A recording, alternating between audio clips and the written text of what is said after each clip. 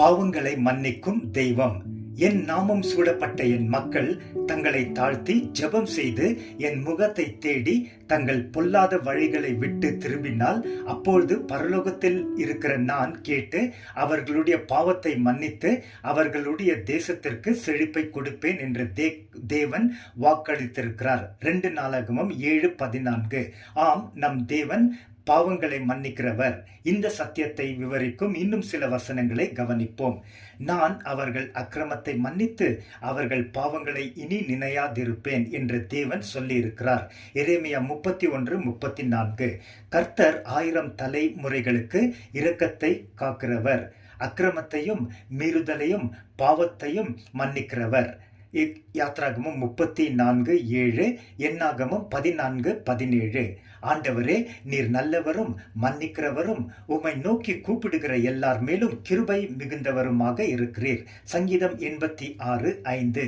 தேவனே, உமக்கு பயப்படும் படிக்கு உம் இடத்தில் மன்னிப்பு உண்டு. சங்கீதம் 130:4. தேவனிடத்தில் இரக்கங்களும் மன்னிப்புகளும் உண்டு. தானியேல் 9:10. பூமியிலே பாவங்களை மன்னிக்க மனிதகுமாரன் ஆன இயேசு கிறிஸ்துவுக்கு அதிகாரம் உண்டு.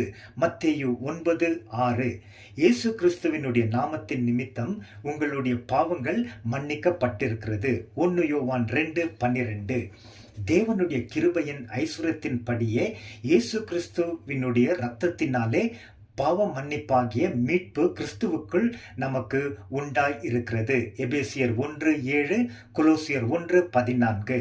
நம்முடைய பாவங்களை நாம் அறிக்கையிட்டால் பாவங்களை நமக்கு மன்னித்து எல்லா அநியாயத்தையும் நீக்கி நம்மை சுத்திகரிப்பதற்கு தேவன் உண்மையும் நீதியும் உள்ளவராக இருக்கிறார். 1 யோவான் 1:9.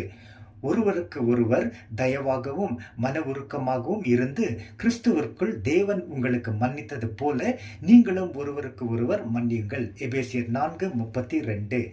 எவனுடைய மீறுதல் மன்னிக்கப்பட்டதோ, எவனுடைய பாவம் மூடப்பட்டதோ, எவனுடைய அக்கிரமத்தை தேவன் எண்ணாமல் இருக்கிறாரோ, எவனுடைய ஆவியில் கபடம் இல்லாதிருக்கிறதோ அவன் பாக்கியவான்.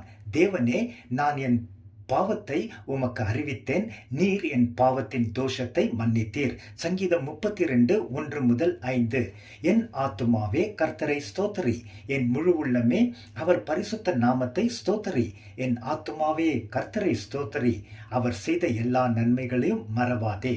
அவர் உன் அக்கிரமங்களை எல்லாம் மன்னித்து உன்னுடைய நோய்களை எல்லாம் குணமாக்குகிறார். சங்கீதம் 103:1-3.